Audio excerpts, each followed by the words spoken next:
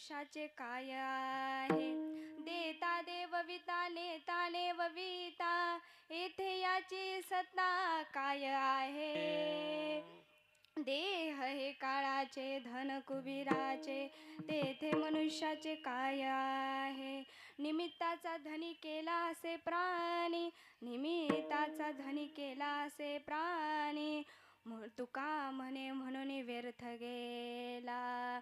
देह हे काळाचे धन कुबीराचे, येथे मनुष्याचे काय आहे. विठ्ठल विठ्ठल विठ्ठला विठ्ठला विठ्ठला विठ्ठला विठ्ठला विठ्ठला विठ्ठला विठ्ठला विठ्ठला विठ्ठला विठ्ठला. प्रस्तुत प्राप्त कीर्तनरूपी सेवेकरता निवडलेला अभंग व प्राप्तस्थळी कीर्तनरूपी सेवेकरता निवडलेला अभंग अनंत कोटी ब्रह्मांड नायक पंढरीचे पांडुरंग परमात्मा यांचे अत्यंत लाडके भक्त आणि जगाला वैराग्याचा संदेश देतात. नवे भगवत भक्ताचे संप्रदायाचे म्हणून वारकरी संप्रदायाचे कळस म्हणून ज्यांना ओळखलं जातं आणि पाचव्या वेदाचे निर्माते म्हणून ज्यांना ओळखलं जातं ते म्हणजे जगतवंदिनी जगद्गुरु तुकोबराय. तुकोबरायांचा 4 चरणाचा साधा आणि सोपा अभंग माणूस जन्म भेटल्यानंतर माणसाने काय करावं आणि काय करू नये हा सांगणारा आज अभंग कीर्तनरूपी सेवेसाठी निवडलेला आहे. विठ्ठल विठ्ठल विठ्ठला विठ्ठला विठ्ठला विठ्ठला. सर्वांनी माझी एक विनंती आहे, सर्वांनी हात जोडा आणि माझ्या बरोबर सुद्धा तुम्ही म्हणा. प्रथम म्हणणार ना नक्की.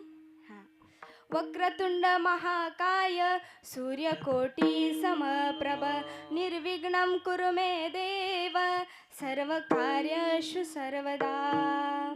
महायोगपीठे तथे भीमरत्य वरं पुण्डलीकाय दातु मुनीन्द्र समाकष्टतिष्ठं तमानन्दकन्द परब्रह्मलिङ्गं भजे पाण्डुरङ्ग. पांडुरंग करो प्रथम नमन, पांडुरंग करू प्रथम नमन, पांडुरंग करू प्रथम नमन, पांडुरंग करू प्रथम नमन. हे पांडुरंग करू प्रथम नमन, पांडुरंग करू प्रथम नमन, पांडुरंग करू प्रथम नमन, पांडुरंग करू प्रथम नमन. दुसरे चरण संताचे असंताचे असंताचे आहा. दुसरे चरण संताचे असंताचे असंताचे दुसरे चरण संतांचे असंतांचे असंतांचे दुसरे चरण संतांचे असंतांचे असंतांचे दुसरे चरण संतांचे असंतांचे असंतांचे दुसरे चरण संतांचे असंतांचे असंतांचे दुसरे चरण संतांचे असंतांचे असंतांचे दुसरे चरण संतांचे असंतांचे असंतांचे. त्यांच्या कृपादाने कथेचा विस्तार, त्यांच्या कृपादाने कथेचा विस्तार, त्यांच्या कृपादाने कथेचा विस्तार, त्यांच्या कृपादाने कथेचा विस्तार. पांडुरंगा करो प्रथम नमन, दुसरे चरण संतांचे त्यांच्या कृपादाने कथेचा विस्तार. बाबाजे सद्गुरु दास तुका. पांडुरंगा करू प्रथम नमन, दुसरे चरण संतांचे त्यांच्या कृपादाने कथेचा विस्तार. बाबाजी सद्गुरु दास तुका, दास तुका. पांडुरंगा करू प्रथम प्रथम नमन दुसरे चरण संताची या त्यांच्या कृपादाने कथेचा विसारू बाबाजी सद्गुरु दास तुका नमो ज्ञानेश्वरा निवृत्ती उदारा सोपान देवा नमो मुक्ताबाई त्रिभुवन पावनी आदत्र जननी देवाची या मस्तक माझा पायावरी वार करी संतांच्या या वार करे संतांच्या या वार करी संतांच्या मस्तक माझा पायावरे या वार करी संतांच्या या वार करे संतांच्या या वार करी संतांच्या मस्तक माझा पायावरी या वार करी संतान मस्तक माझा पायावरे या वार करी संतांच्या या वार करे संतांच्या या वार करी संतांच्या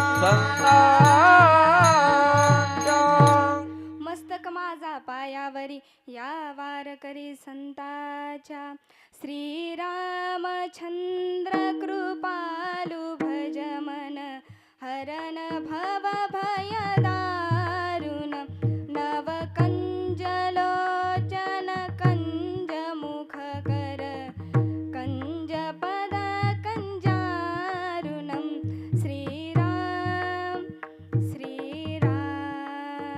चलो आवो जी पवन कुमार बदारो हरि कीर्तन में चलो आवो जी पवन कुमार बदारो हरि कीर्तन में चलो आओ जी पवन कुमार पधारो हरि कीर्तन में चलो आओ जी पवन कुमार पधारो हरि कीर्तन में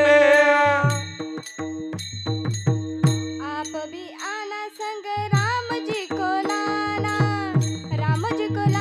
संग सीता जी को लाना राम जी को लाला तुम सीता जी को लाला राम जी को लाला सीता जी को लाला आवो जी पवन कुमार बदारो हरि कीर्तन में चलो आवो जी पवन कुमार बदारो हरि कीर्तन में चलो आओ जी पवन कुमार पधारो हरि कीर्तन में चलो आओ जी पवन कुमार पधारो हरि कीर्तन में हरि कीर्तन में ज्या ज्या ठिकाणी मन जाय माझे त्या त्या ठिकाणी निज रूप तुझे ठेवितो मस्तक ज्या ठिकाणी जेते तुझे सद्गुरु पाय दोनी नमो जन्मभूमी जिते जन्मले मी नमो कर्मभूमी जिते वाढले मी नमो भारत भूमी तिच्या सर्व कामी जिजो देह माझा प्रभू पायी सेवे लागी सेवक झालो तुमच्या लागलो निज चरणा अहो स्वामी तुकया देवा देवा यावरी न करावा वेरू सेवे लागी सेवक झालो तुमच्या लागलो निज चरणा अहो स्वामी तुकया देवा यावरी न करावा वेरो सेवे लागी सेवक झालो तुमच्या लागलो निज चरणा विठ्ठल विठ्ठल विठ्ठल विठ्ठल विठ्ठल विठ्ठल विठ्ठल विठ्ठल कीर्तनाला सुरुवात करण्यापूर्वी थोडासा परिहार असा द्यायचा की आज कैलासवासी भागीरथी आकोबा साबळे आज आजींचे प्रथम पुण्यस्मरण बरोबर ना महिला मंडळ बरोबर का हां मग आज या आजींचं प्रथम पुण्यस्मरण म्हणजे आज या आजी आपल्या सर्वांच्यातून जाऊन 1 वर्ष पूर्ण होत आहे म्हणून आज नामस्मरण किंवा कीर्तन घालायची प्रथा असते बरोबर बरोबर आहे. एखादी वस्तू जर आपल्याला घाण झाली तर आहे का ना आपल्याला सारखी आठवण येते. बरोबर आहे का नाही? येते का ना आठवण? तसे एखादी व्यक्ती जर आपल्यामधून निघून गेली मग आठवण आपल्या मनामध्ये असणार. म्हणून आज आठवण प्रत्येकाच्या मनामध्ये आहे आजीची. खूप प्रेमळ असा स्वभाव आजींचा आहे. म्हणून आज त्यांचा मुलगा असेल पांडुरंग अकोबा साबळे, तसेच बळीराम अकोबा साबळे व आजींना 8 मुले आहेत. त्या माणसाला एक मुलगी असली म्हणजे किती भाग्यवान म्हणलं जातं. आज 8 मुले आहेत. त्या किती भाग्यवान म्हणावं. मग 8 मुले आहेत. तसे 2 नातू आहे, विक्रम बळीराम साबळे, तसेच भगवान पांडुरंग साबळे आणि केशव पांडुरंग साबळे असे 3 नातू आहेत आणि 3 नातू पण आहेत. असा हा परिवार खूप सुंदर आणि खूप सुंदर असा परिवार आहे. तसंच आज वेळ खूप कमी राहिलेला आहे म्हणून सर्वांना नमस्कार माझा. तसेच आज खूप कीर्तनासाठी खूप सुंदर असं नियोजन केलेलं आहे. तसेच खूप सुंदर असे मृदुंगाचार्य माझे काकाश्री असतील प्रवीण महाराज पवार, ते सुद्धा उपस्थित राहिले. त्याबद्दल त्यांचं सुद्धा खूप खूप धन्यवाद.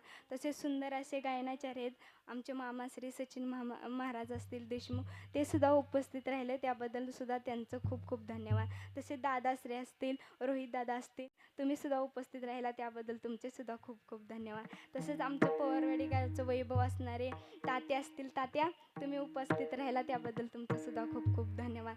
तसंच मला कीर्तनाचं सेवा करण्याचं सद्भाग्य ज्यांच्यामुळं लागलेलं आहे ते आमचे सर असतील ॲग्रिकल्चर फलटण कॉलेजचे सर असतील साबळे सर, त्यांच्यामुळं मला आज खरं म्हणजे कीर्तन करण्याचं भाग्य लाभलेलं आहे. त्याबद्दल त्यांचं सुद्धा खूप खूप धन्यवाद. आणि कीर्तनाला सुरुवात. विठ्ठल विठ्ठल विठ्ठल विठ्ठल विठ्ठल विठ्ठल विठ्ठल.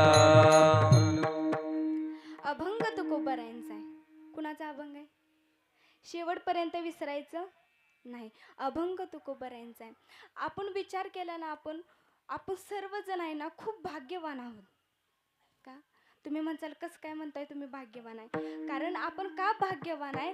कारण आपण या भारत देशामध्ये जन्माला आलोय म्हणून आपण भाग्यवान आहे सर्वजण. कारण की भारत हा पवित्र आणि पावन देश आहे. इथे विविध संस्कृती आहे, विविध परंपरा आहे, तसेच ऋषीमुनींची आणि संतांची भूमी म्हणजे आपला भारत देश आहे. म्हणून आपण भारत देशाला आपण भारत माता पण म्हणलं जातं. म्हणतात का नाही भारत माता? आता माता का म्हणलं जातं? आईची दर्जा नाही म्हणून माता म्हणलं जातं. मग असा हा पावन आणि पवित्र देश म्हणजे आपला भारत देश आहे म्हणून म्हणलं जातं पवित्र आणि पावन आहे. म्हणून या भारत देशामध्ये आपण जन्माला आलेला जेते हरीचे दास जन्म घेते, जेते हरीचे दास जन्म घेते जेथे हरीचे दास, जन्म घेते जेथे हरीचे दास. पवित्र ते कुळे पावन तो देश, जेते हरीचे दास जन्म घेती, जेते हरीचे दास जन्म घेती. पवित्र ते कुळ पावन तो देश, जेथे हरीचे दास जन्म घेती, जेथे हरीचे दास जन्म घेती. जन्म घेती. संत काय सांगतात? पवित्र ते कुळ पावन तो देश, जेते हरीचे दास जन्म घेते. कोणती भूमी आणि कोणता देश पवित्र आहे? तर जेते हरीचे दास जन्म घेते. मग आपली महाराष्ट्राची भूमी पण अत्यंत पवित्र आहे. कारण की इथे विविध संतांची मांडेआळी पाहायला भेटते. किती संत आहेत आपल्या भारत भूमीमध्ये. तसेच आपल्या महाराष्ट्रामध्ये संतांची मांडेआळी पाहायला भेटते. आता ज्ञानोबारायांपासून सर्वांना माहीत नाहीत ज्ञानेश्वर महाराज? माहीत आहेत ना सर्वांना? बरोबर आहे का? ज्यांना वारकरी संप्रदायाचा पाया म्हटलं जातं ते म्हणजे ज्ञानोबा येते. आता ज्ञानोबारायांपासून किती संत आहेत? एकनाथ महाराज आहेत, नामदेव महाराज आहे, अनेक संत होऊन गेले. तसंच या कलियुगामध्ये पण संतांनी अवतार घेतला. माणसाचं हित कशामध्ये, माणसाने कसं या कलियुगामध्ये वागलं पाहिजे हे सांगणारा अवतार म्हणजे संत बाळूमामांचा अवतार आहे. म्हणजे त्या युगामध्ये प्राचीन युगामध्येच फक्त अवतार घेतला नाही तर कलियुगामध्ये पण संतांनी अवतार घेतले. विठ्ठल विठ्ठल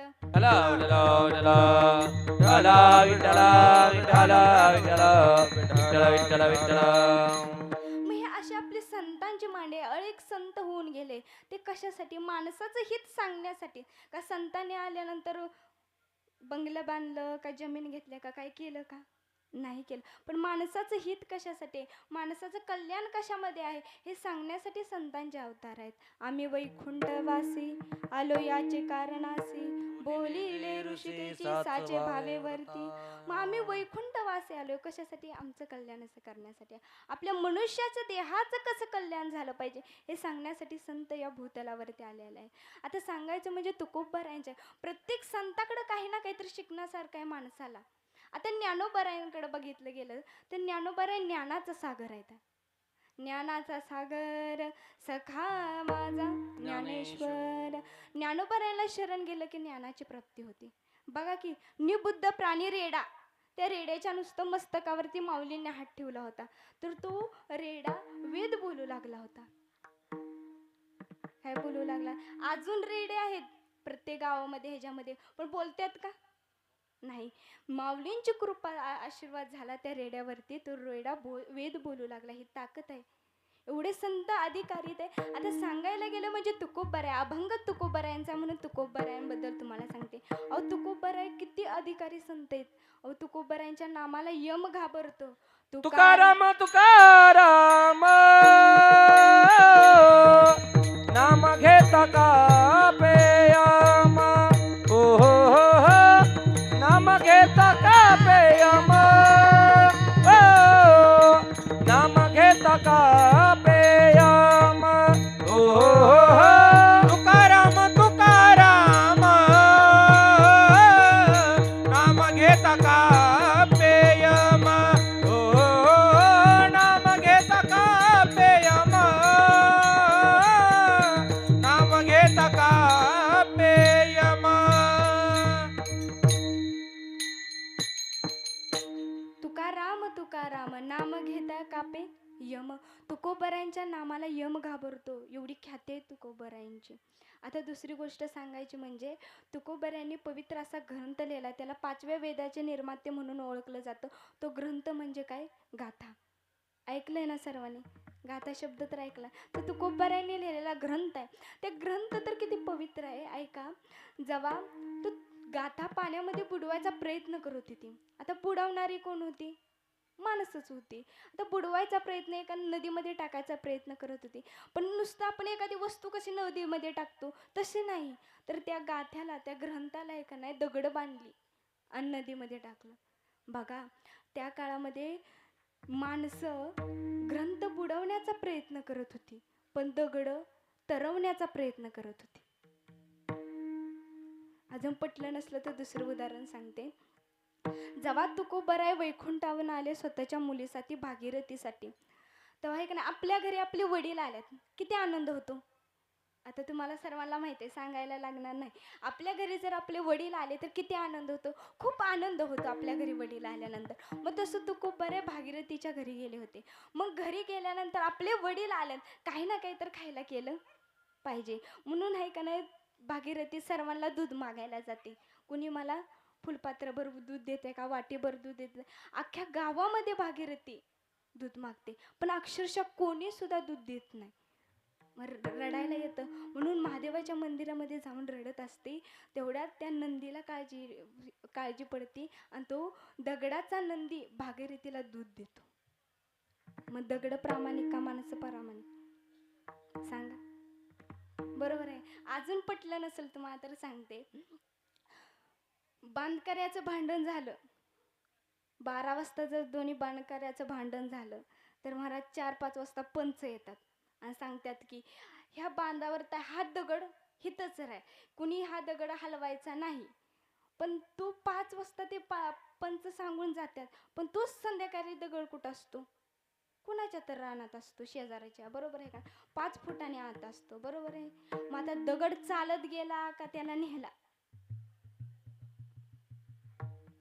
का चालत गेला होता? बरोबर. दगड चालत जाईल का? नाही, पण नेला गेला. मग तसंच आहे, अजून माणसं प्रामाणिक राहिली नाहीत, दगड प्रामाणिक आहेत. माणुसकी खूप माणसाची कमी होत चालली. माणुसकी खूप कमी जपत चाललाय. आज पैशामध्ये माणूस मोजायला लागलाय. माणसं ही गरज आहे पैशामध्ये मोजायची. कोण मी श्रीमंत तू गरीब असा विचार करू लागलाय. पण माणसाने सर्वात प्रथम माणुसकी जपली पाहिजे. या कलियुगाकडे माणसाला पैसा आहे, प्रत्येक गोष्ट आहे, कशाची सुद्धा कमतरता नाही. आता फक्त एकाच गोष्टीची कमतरता पडत चालली, ती म्हणजे माणुसकीची. हीच मुझी प्रार्थना, हेच मुझे मागणे, मानसाने मानसाशी मानसा समवागणे, हीच मुझी प्रार्थना. आता सर्वांचे पाठ आहे, मग काय माणसाने माणसाप्रमाणे वागता आलं पाहिजे. माणसाने माणसाला श्रीमंत आहे गरीब आहे अशी तुलना नाही केली पाहिजे. कशाची व श्रीमंतीची आणि गरिबाची तुलना करा. अहो धन आज आमच्याकडे आहे तर उद्या तुमच्याकडे आहे. उद्या दुसरा श्रीमंत असेल तर उद्या कधी गरीबच होणार आहे. माणूस पण अहंकार करतो. एक वाक्य सांगू का, ऐकणार? एक वाक्य सांगू का, जरी 50 लाखाची मांडी बांधली तर कोणती वाळू आणायची, कोणतं सिमेंट आणायचं, कोणता गवंडी लावायचं हे जरी आपल्या हातात असलं, पण 50 लाखाच्या माडीमध्ये किती दिवस राहायचं हे मात्र आपल्या हातात नाही. विठ्ठल विठ्ठल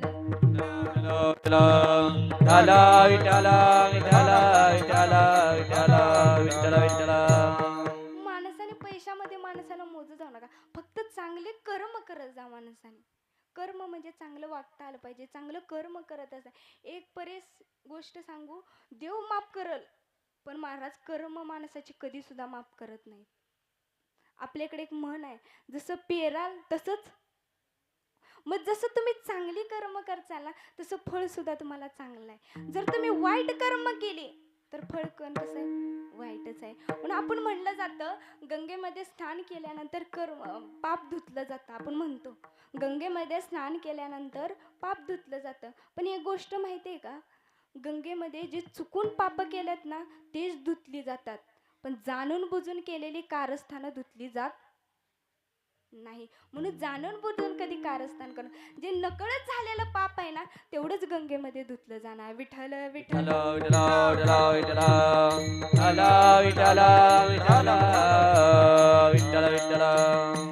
म्हणून सर्वांनी प्रेम माया आपुलकीने राहायला पाहिजे. परत ना हा मनुष्य देह नाहीये, परत ना आपली बहीण आहे ती पुढे नरदेह दुर्लभ जाना, नरदेह दुर्लभ जाना, नरदेह दुर्लभ जाणार, नरदेह दुर्लभ जाणार. शतवर्षाची गणना, शतवर्षाची गणना, शतवर्षाची गणना, शतवर्षाची गणना. त्यामध्ये दुःख यातना, त्यामध्ये दुःख यातना, त्यामध्ये दुःख यातना, त्यामध्ये दुःख यातना. तुम्ही आठवा मधुसूदन, तुम्ही वासुदेव, तुम्ही वासुदेव, तुम्ही वासुदेव वासुदेव म्हणा रे, तुम्ही वासुदेव वासुदेव म्हणा, तुम्ही वासुदेव वासुदेव म्हणा रे, तुम्ही वासुदेव वासुदेव म्हणा, तुम्ही वासुदेव वासुदेव म्हणा हो, तुम्ही वासुदेव वासुदेव म्हणा, तुम्ही वासुदेव वासुदेव म्हणा हो, तुम्ही वासुदेव वासुदेव म्हणा, तुम्ही वासुदेव वासुदेव म्हणा, तुम्ही वासुदेव वासुदेव म्हणा. क्या बात आहे. मग तसं परत हा मनुष्य देह नाहीये, परत आपले नातेवाईक आपले नाहीत. म्हणून सर्वांनी प्रेम माया आपुलकीने राहिले पाहिजे. परत नाही हा नरदेह नाही, परत ना हा जन्म नाही. म्हणून माणसाने माणुसकी जपता आला पाहिजे. सगळ्यात मोठा या कलियुगातील दागिना म्हणलं तर माणुसकीचा दागिना आहे. हा खूप वेळ लागतो कमवायला. मग त्या काळामधले दगड प्रामाणिक होती पण माणसं नव्हती प्रामाणिक. मग तुकोबरायांचा गाथा 1 2 3 4 दिवस नाही, अख्खा 13 दिवस गाथा पाण्यामध्ये होता. पण आहे असा बाहेर आला. हे ख्याती तुकोबरायांचे. उदाहरण सांगायचं झालं म्हणजे एखादा कागद आपण घेतला, कागद घ्यायचा, दगडाला बांधायचा, असा गोल करायचा आणि विहिरीमध्ये टाका, आणि विहिरीमध्ये टाका आणि परत न बाहेर काढा. आहे असा कागद बाहेर येणार का? बोला बोला, येणार का? नाही येणार. मग गाथा आहे असा बाहेर आला होता. मग ही ख्याती तुकोबरायांचे. एवढं तुकोबराय श्रेष्ठ आहेत आणि तुकोबराय सदैव वैकुंठाला गेले होते. कसे? सदैव. आपल्या सर्वांना मृत्यू आहे पण तुकोबराय सदैव वैकुंठाला गेले. एवढी अधिकारी संत आहे तो. किती अधिकारी संत आहेत. आज कोण गेले का सदैव वैकुंठाला? प्रत्येकाला मृत्यू येतो, पण तुकोबाराय सदैव वैकुंठाला गेले होते. तरी सुद्धा तुकोबाराय एवढे महान असून म्हणतात, अनुरेणू या तो करा तुका आकाशाए वडा, तुका आकाशाए वडा, तुका आकाशाए वडा. अनुरेणू या तू कडा तुका आकाशाये वडा, तुका आकाशाये वडा, तुका आकाशाये वडा. अनुरेणू या तो कडा, तुका आकाशाए वडा, तुका आकाशाए वडा. अनुरेणू या तो कडा, तुका आकाशाए वडा, तुका आकाशाए वडा, तुका आकाशाए वडा. एवढे अधिकारी संत आहेत तरी म्हणतात, अनुरेणू या तो कडा तुका आकाशाए वडा. अनुरेणू या तो कडा तुका आकाशाए वडा. मग एवढे अधिकारी संत आहेत तरी म्हणतात आम्ही अनु रेणू छोट्याच्यातला छोटा कण कसा आहे तसे आहेत. एवढे अधिकारी संत असून मग तेच अधिकारी संत तेच तुकोबाराय काय सांगतात तेच अभंगाच्या प्रथम चरणामध्ये, आले या संसारा उठा वेग करा, आली या संसारा उठा वेग करा. आलिया संसारा उठा वेग करा, आलिया संसारा उठा वेग करा. आलिया संसारा उठा वेग करा, आलिया संसारा उठा वेग करा. आलिया संसारा उठा वेग करा, आलिया संसारा उठा वेग करा. शरण जाऊ दारा पांडुरंगा, शरण जाऊ दारा पांडुरंगा. देह हे काळाचे धन कुबेराचे, देह हे काळाचे धन कुबेराचे, देह हे काळाचे धन कुबेराचे,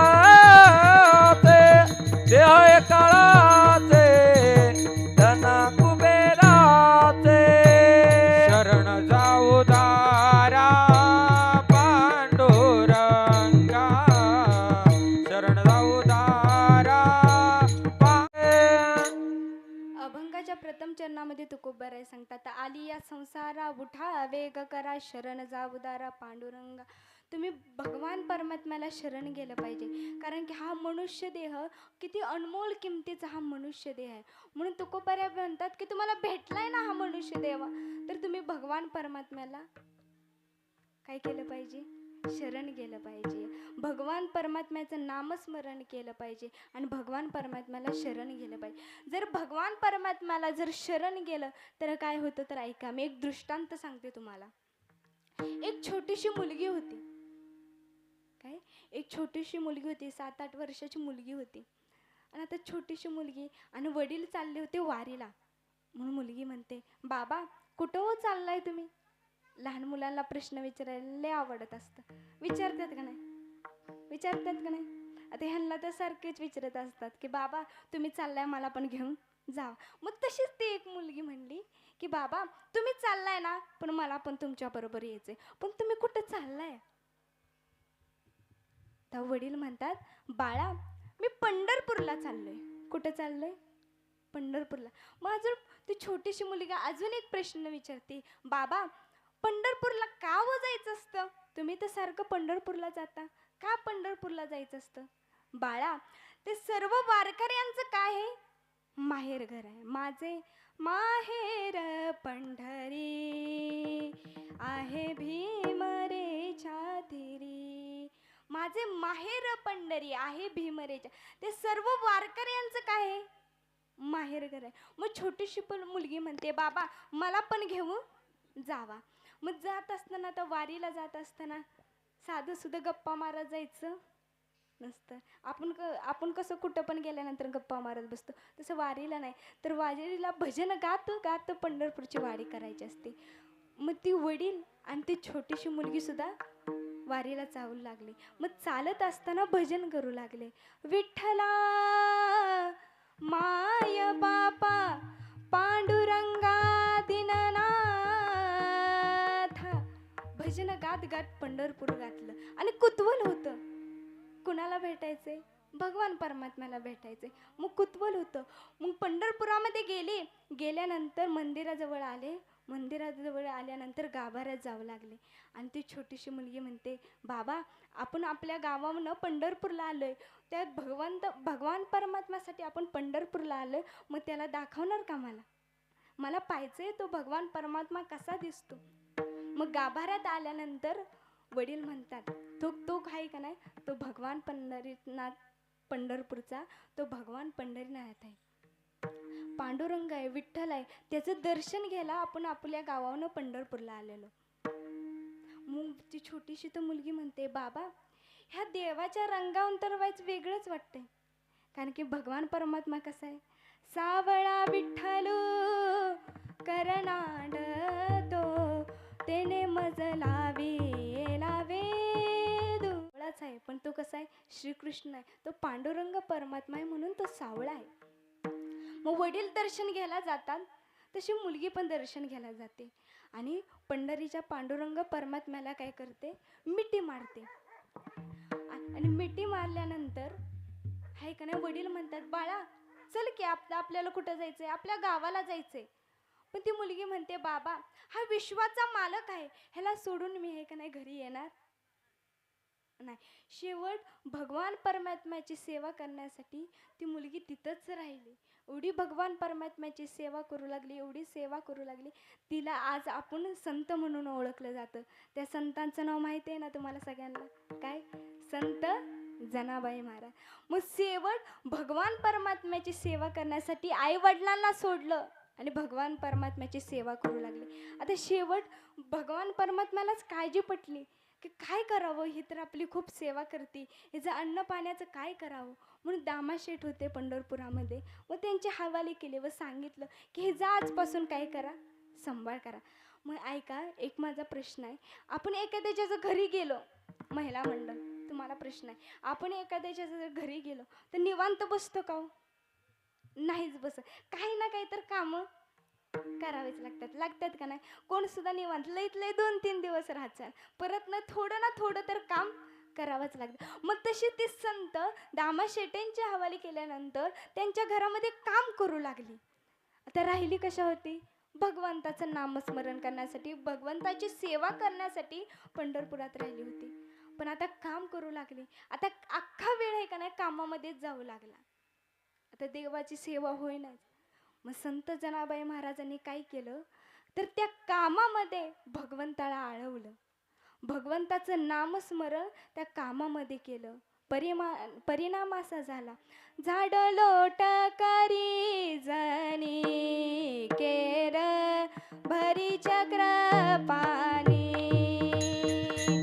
भरी चक्र पाणी केर भरी चक्र पाणी, ए झाड लोट करी जाने केर भरी चक्र पाणी, केर भरी चक्र पाणी, केर भरी चक्र पाणी. परिणाम असा झाला की जनाबाई महाराज झाडून लोटून काढायला लागला. पण ऐकणार ते करत असताना भगवंताचं नामस्मरण केलं. म्हणून झाड लोट करी जणी केर भरी चक्र पाणी. मग नामस्मरण केलं याचा परिणाम असा झाला की जनाबाई महाराजांनी जरी झाड लोट केलं तर विश्वाचा मालक केर भरायचं काम करत होता. काय केलं? फक्त नामस्मरणच केलं ना जनाबाई महाराजांनी. परिणाम असा झाला की विश्वाचा मालक काम करू लागला. एवढा परिणाम आहे भगवंताचं. जर तुम्ही नामस्मरण केलं तर विश्वाचा मालक अहो काम करायला येतो. एवढी ताकद आहे नामस्मरणामध्ये. अहो पहिल्या काळामध्ये स्त्रिया आहे का नाही जात्यावरती जळण दळत होत्या. माहिती आहे ना? जळत होत्या आहे का नाही आजी? आणि दळण दळत असताना ओव्या म्हणायच्या का नाही? तुमच्या आहेत का पाठ? नाहीत रे. काही काहींच्या आहेत काही काहींच्या नाही. पण माझ्या बरोबर म्हणणार का? हा बरोबर. सुंदर माझे जाते ग फिरते भौतुके. वारी वारी. सुंदर माझे जाते ग फिरते भौतुके.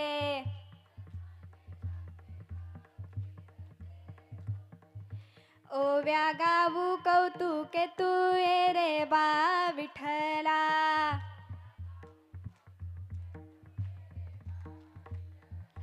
ओव्या गाऊ कौतुके तू रे बा विठ्ठला.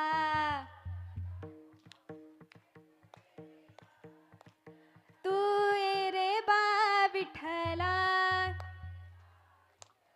तू रे बा विठ्ठला. ओव्या गाऊ कौतुके तू रे बा विठ्ठला.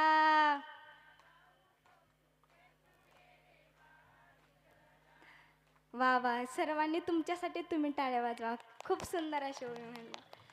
मग त्या काळामध्ये पूर्वीच्या काळातल्या स्त्रिया जात्यावरती दळण दळत होत्या आणि दळण दळत असतानाच ओव्या म्हणायच्या. आता जसं जे तुम्ही म्हणली का नाही ओवी तशा म्हणायच्या. तर परिणाम असा व्हायचा की जनाबाई जात्यावरती ओव्या म्हणायच्या. विश्वाचा मालक दळण दळायला येत होता जनाबाईचं.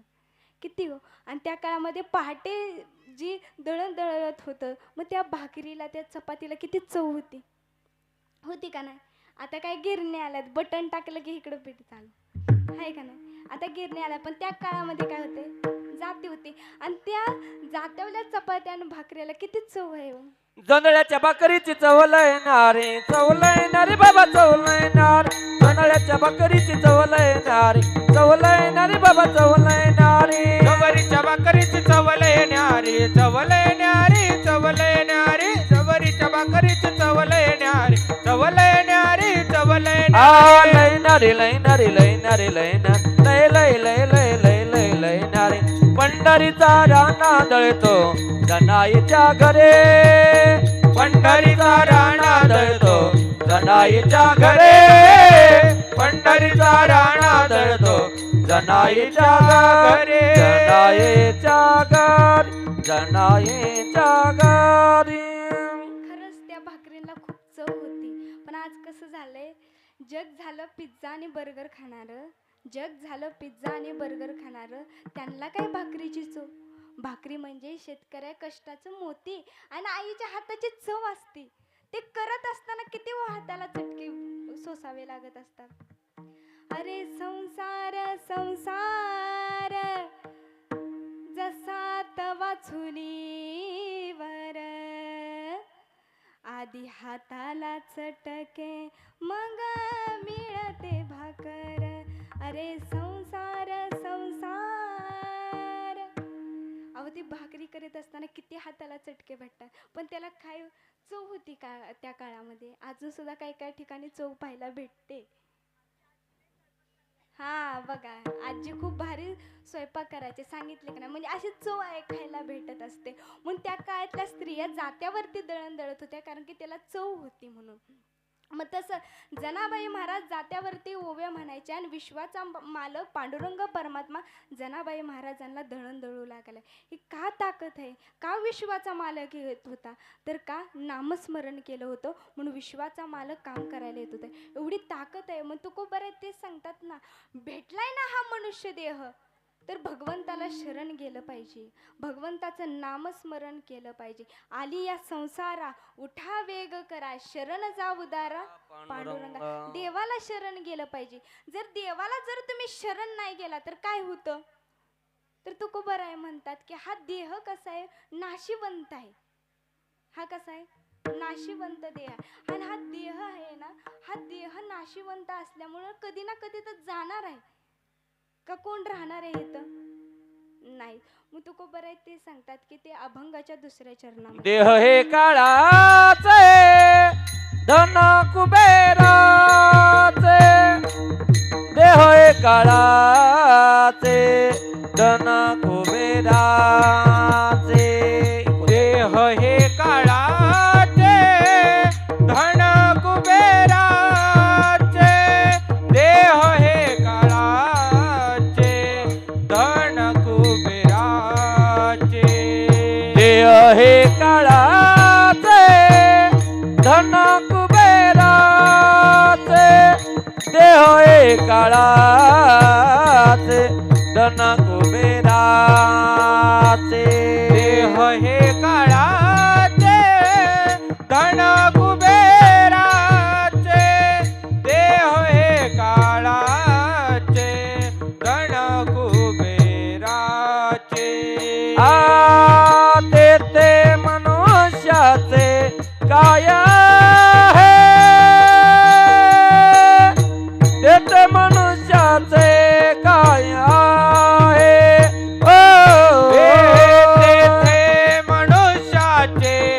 आहे, तेथे मनुष्याचे काय आहे, तेथे मनुष्याचे काय आहे, ते मनुष्याचे काय आहे,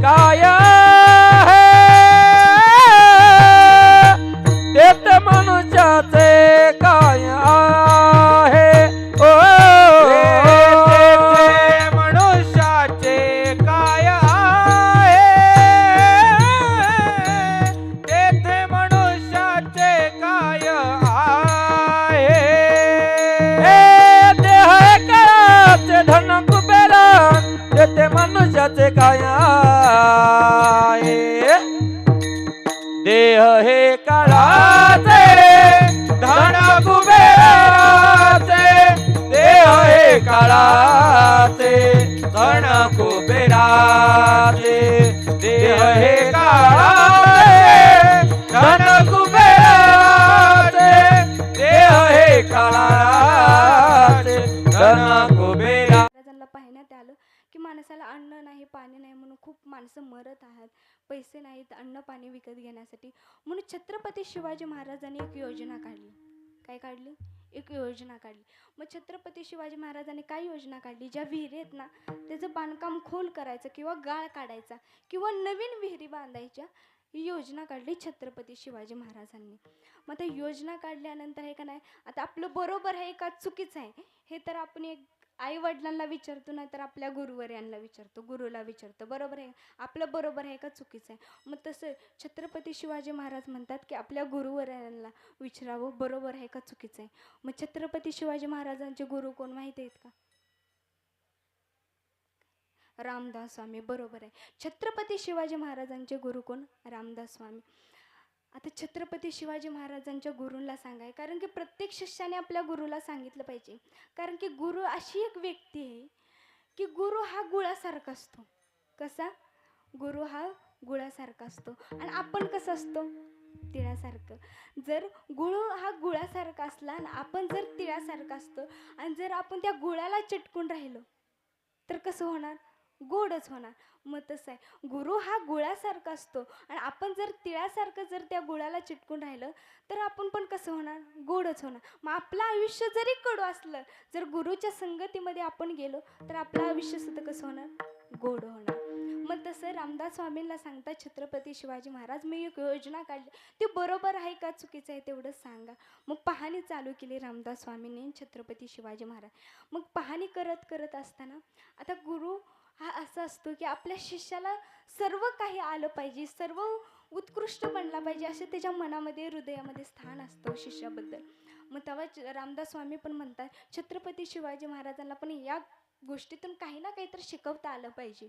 म्हणून रामदास स्वामी सांगतात की महाराज, ही दगड दिसते का, ही शिळा दिसते का, तेवढी ही शिळा फोडायला हवा, म्हणजे दगड फोडायला हवा. मग महाराज पण एका जणाला सांगतात की ही दगड फोडा. मग तो दगड फोडत असताना, ती शिळा फोडत असताना त्याच्या आत आहे का नाही एक होल होतं, आणि त्या होलामध्ये एक बेडूक आणि त्याच्या संगटी कडणी आहे का नाही पाणी होतं. मग महाराज म्हणतात एवढं दुष्काळ आहेत, विहिरीमध्ये तर कसलंच पाणी नाही. मग ह्या दगडामध्ये पाणी कुठनं आलं, आणि ते पण त्या बेडकाला कसं कुठनं आलं. मग तेव्हा रामदास स्वामी म्हणतात महाराज, अहो आपण तर नुसतं निमित्त आहोत. काय, आपण तर नुसतं निमित्त आहोत. करणारा आणि देणारा कोण आहे, तर तो भगवान परमात्मा आहे. त्याला प्रत्येक जीवापासून प्रत्येक जणाची काळजी असते, म्हणून देणारा कोण आहे, तोच आहे. मग तुकोबाराय सुद्धा ते सांगतात, देता देवविता नेता नेवविता येथे याची सत्ता काय आहे. मग देणारा सुद्धा तो कोण आहे, भगवान परमात्मा आहे. नेणारा सुद्धा तोच आहे. म्हणून तुकोबाराय ते सांगतात की नामस्मरण करा. म्हणून सर्वांना माझी विनंती आहे की सर्वांनी नामस्मरण करा.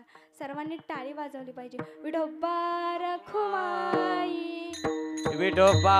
आता आमच्या आजीला काही कळत नाही, माझ्या आईला काही कळत नाही असं म्हणलं जातं. माझ्या बहिणीला काही कळत नाही, माझ्या मुलीला काही कळत नाही असं म्हणलं जातं. म्हणतात का नाही, काय काय ठिकाणी भेटतं. अहो एखादी छोटीशी मुलगी जर मोठी व्हायला लागली, वडिलांना सांगते बाबा आपण असं करूया, तर वडील काय म्हणतात, अगं तुझं वय खूप लहान आहे, तू शांतच बस, तुला काही कळत नाही. परत ती मुलगी मोठी होते, लग्न होतं. लग्न झाल्यानंतर एका नवऱ्याला एखादी गोष्ट सांगू लागते की अहो आपण असं करूया, तर नवरा म्हणतो आई तुला काही कळत नाही, तू शांतच बस. परत ना मोठे होते, मुलं होतात, मुलांना पण सांगू लागते आमच्या काळात असं होता, तुमच्या काळात असं आहे. तर मुलं पण म्हणतात काय, आई तुला काहीच कळत नाही, तू शांतच बस. परत नाही का नाही आजी होती, नातू होतात, नातू सुद्धा म्हणतात आजी तुला काही कळत नाही, तू शांतच बस. मग मला एक गोष्ट सांगा, एखादी मुलीपासून एक आजी होसपर्यंत एखादी स्त्री, मग तिला नक्की कळतं तर कधी, कधी कळतं. प्रत्येकाच्या ह्याच्यामध्ये सांगितलं जातं की हे का नाही कळत नाही. पण आई अशी व्यक्ती आहे महाराज की ती खूप प्रेमाचा सागर आहे.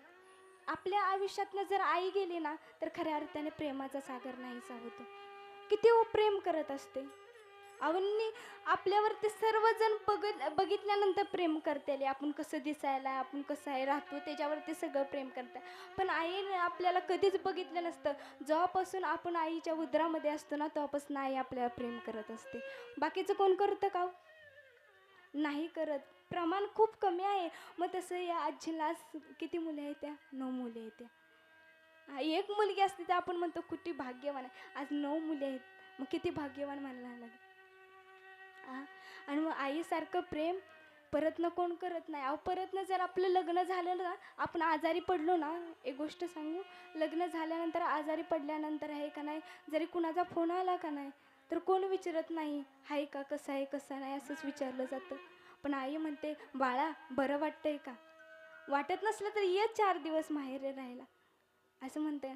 परत ना आजारी पडा, परत म्हणते का, आई नसल्यानंतर कोणी सुद्धा म्हणणार नाही. एक परस असतील तुमचे भाव, हे सर्व चांगले असतील, पण आईसारखं प्रेम कोणी सुद्धा देऊ शकत नाही. म्हणून म्हणलं जातं, डोळे बंद करून जी प्रेम करते तिला प्रियसी म्हणलं जातं. डोळे बंद करून जी प्रेम करते तिला प्रियसी म्हणलं जातं. डोळे उघडे ठेवून जी प्रेम करते तिला पत्नी म्हणलं जातं. डोळे उघडे ठेवून जी प्रेम करते तिला पत्नी म्हणलं जातं. आणि डोळे मिटेपर्यंत जे प्रेम करत असते ना, ते आपल्या सागर दिला तिने जीवनाकार.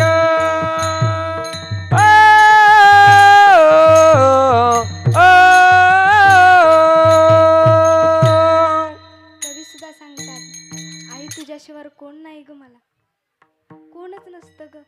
किती प्रेम करत असते. आपण जर संध्याकाळचं 10-12 वाजता जर घरी आलो, घरात आल्यानंतर आहे ना सर्वजण झोपलेले असतात रात्रीच्या वेळेस.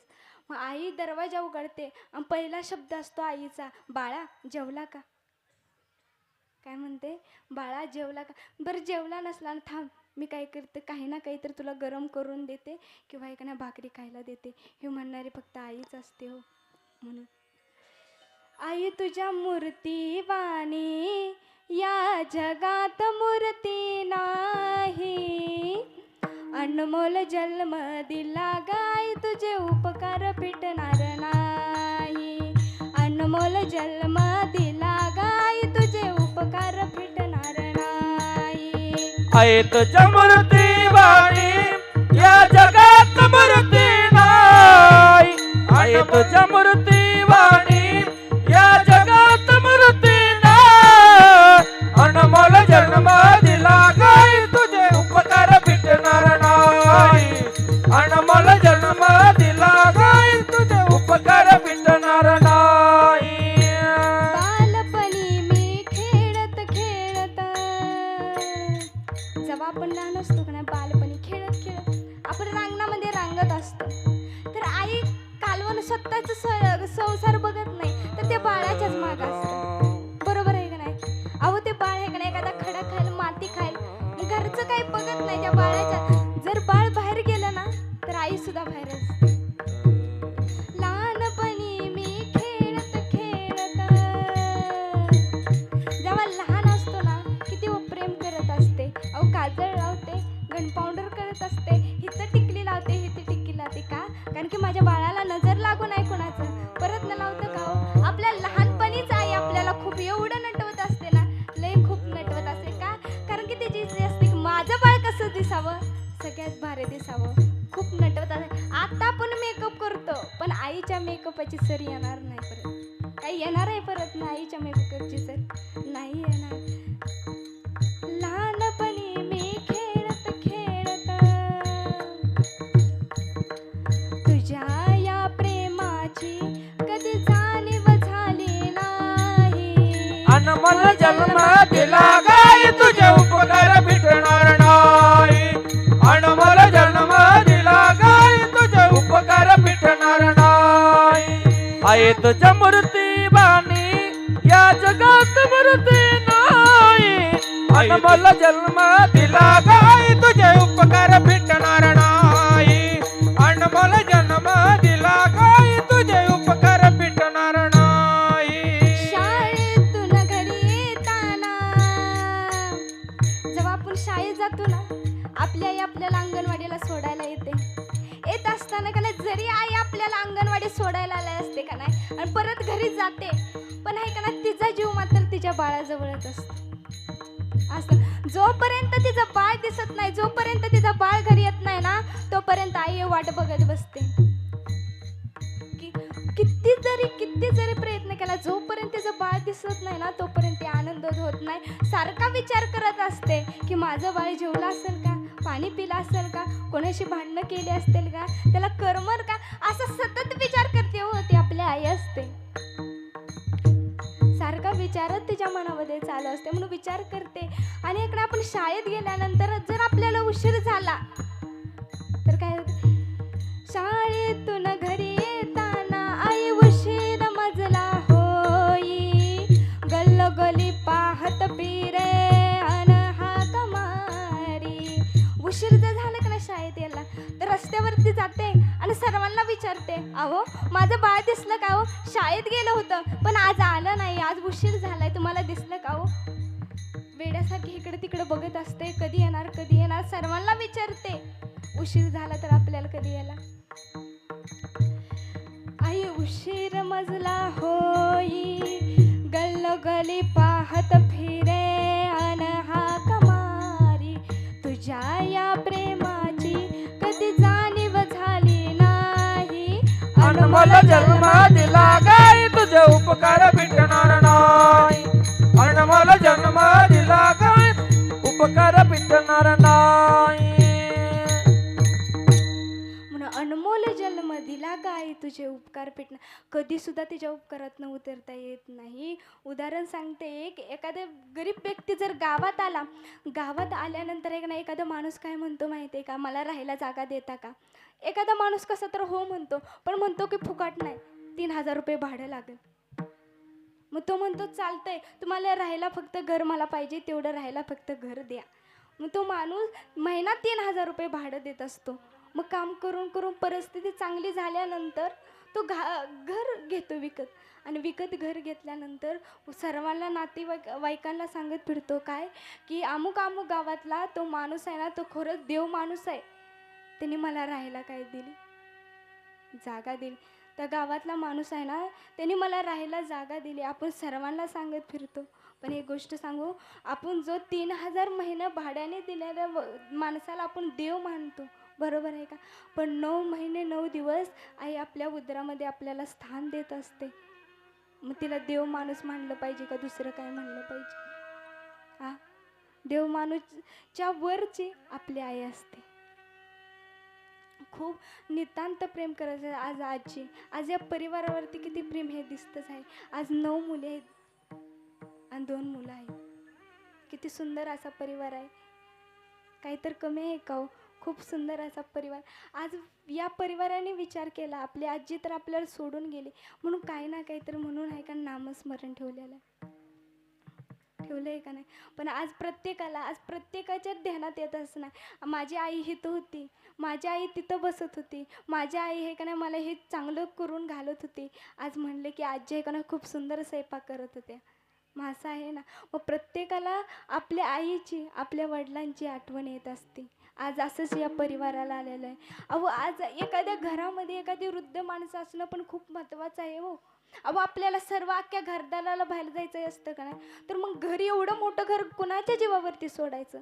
जर आपल्या घरात वृद्ध माणसं असताना आपण त्यांच्या जीवावरती सोडून आज या घराला आठवत असतील, आज आपल्याला कुठं जायचं म्हणल्यानंतर आज कुणाच्या जीवावरती घर सोडायचं? आज कोणच नाही राहिलं.